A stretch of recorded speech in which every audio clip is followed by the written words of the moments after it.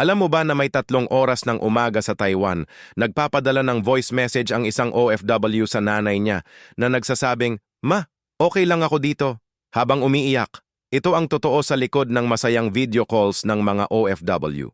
Palaging nakangiti sa kamera, pero pagkatapos ng tawag, iyak ng iyak. Nagpapadala ng pera na may kasamang encouraging note na, "Para sa family, love kayo," pero mag-isa lang sila sa malaking kwarto sa gabi. Ang mga OFW naging eksperto na sa pagtago ng sakit. Tinatime nila ang tawag para hindi makita ng pamilya na pagod sila. Nagiging artista sila kada video call, acting na masaya, acting na okay lang lahat. Pero sa totoo lang, ang pinakamalaking trabaho nila hindi yung sa factory or sa opisina. Ang pinakamalaking trabaho nila ay ang pag-maintain ng good vibes para sa pamilya na nasa Pilipinas. Kailangan nila maging strong palagi, kahit sila mismo, kailangan din nila ng yakap. Behind every OFW smile, may sobrang pagod na hindi nila masabi sa pamilya nila.